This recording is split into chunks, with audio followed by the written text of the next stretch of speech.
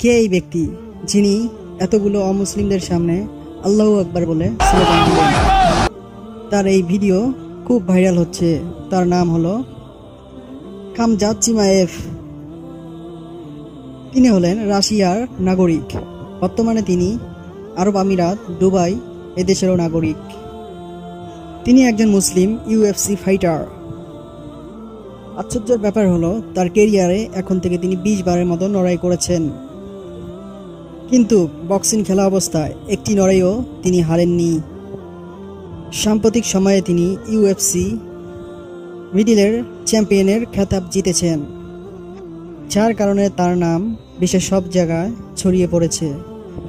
তার আরেকটি বিশেষ দিক হলো তিনি তার মুসলিম পরিচয় কখনো আড়াল করেন না, বরং তিনি যে কোনো স্টেটে বলে এবং তিনি বলে আমি একজন মুসলিম ঘরের সন্তান, আমি একজন মুসলিম।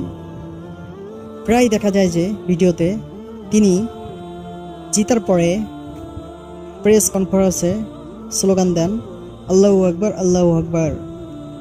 খামজার এই বিষয়টি আপনাদের কাছে কেমন লাগে?